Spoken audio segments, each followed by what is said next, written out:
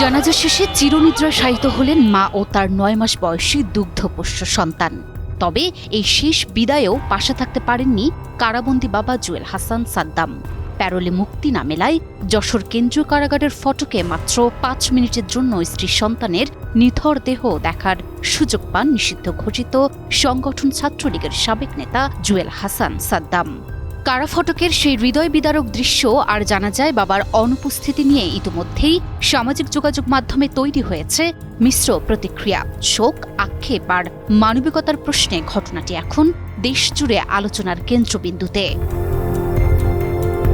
নিজ ঘর থেকে উদ্ধার করা হয় ২২ বছর বয়সী কানিজ সুবর্ণা এবং তার ৯ মাস বয়সী শিশু সন্তান শেজাদ হাসানের মরদেহ।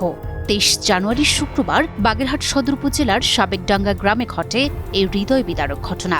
মা ও সন্তানকে পাশাপাশি দাফন করা হয়েছে ঠিকই, কিন্তু জানা যায় বাবার অনুপস্থিতি আর কারাফটকের সেই ৫ মিনিটের দৃশ্য জনমনে জন্ম দিয়েছে নানা প্রশ্ন।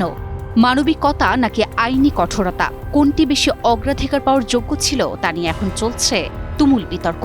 তাছাড়াও মানবিক কারণে কেন এই প্যারোল দেয়া হলো না তা নিয়ে ক্ষোভে ফেটে পড়ছেন নেটিজেনরা।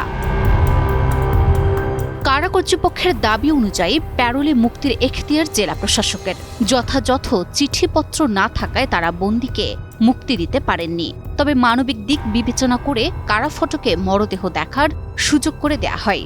অন্যদিকে পরিবারের পক্ষ থেকে দাবি করা হয়েছে তারা প্যারোলে মুক্তির জন্য আপ্রাণ চেষ্টা করেছিলেন, কিন্তু শেষ পর্যন্ত তা সফল হয়নি।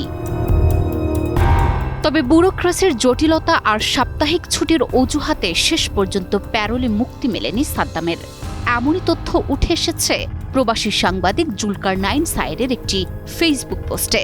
সেই পোস্টে তার দাবি, প্যারোলের আবেদন নিয়ে সাদ্দামের পরিবার বাগেরহাট জেলা প্রশাসন থেকে শুরু করে যশোর জেলা ম্যাজিস্ট্রেটের কার্যালয় পর্যন্ত দৌড়ঝাঁপ করলেও কার্যকর কোনো পদক্ষেপ মেলেনি। উল্টো স্থানীয় পুলিশের ডিএসবি প্রতিবেদনে বলা হয়েছে সাদ্দামকে মুক্তি দিয়ে এলাকায় আনা হলে আইন শৃঙ্খলা পরিস্থিতির অবনতি ঘটতে পারে, যা শেষ পর্যন্ত প্যারোল না মেলার অন্যতম কারণ হয়ে দাঁড়িয়েছে। কিন্তু প্যারোলে জুয়েলের মুক্তির আবেদনই করা হয়নি বলছে যশোর জেলা প্রশাসন। জেলা প্রশাসকের মিডিয়া সেলের সহকারী কমিশনার আশিস কুমার দাস স্বাক্ষরিত বিজ্ঞপ্তিতে বলা হয়েছে, আবেদনের পরও প্যারোলে মুক্তি দেওয়া হয়নি এ ধরনের তথ্য মিথ্যা।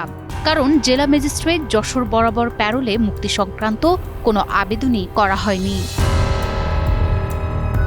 এর আগে শনিবার দুপুরে ময়না তদন্ত শেষে মরদেহ নিয়ে যাওয়া হয় যশোর কেন্দ্রীয় কারাগারের ফটকে।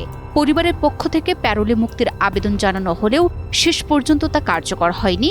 ফলে শেষ বিদায়ের মুহূর্তটি সম্পূর্ণ হয় জেল গেটেই, যেখানে পরিবারের মাত্র ৬ জন সদস্য উপস্থিত থাকার অনুমতি পান। এক বুক শোক আর প্রিয়জন হারানোর হাহাকার নিয়ে কারা ফটকেই স্ত্রী সন্তানকে বিদায় জানান জুয়েল। পরিবারের পক্ষ থেকে জানানো হয়, নিষিদ্ধ ঘোষিত সংগঠন ছাত্রলীগের বাগেরহাট সদর উপজেলার শাখার সভাপতি জুয়েল হাসান সাদ্দাম দীর্ঘদিন কারাগারে থাকায় চরম হতাশায় ভুগছিলেন তার স্ত্রী। স্বামীর মুক্তির কোনো পথ না পেয়ে মানসিকভাবে ভেঙে পড়ে সন্তানকে হত্যার পর নিজে আত্মহত্যার পথ বেছে নেন তিনি। Desk report, news 24।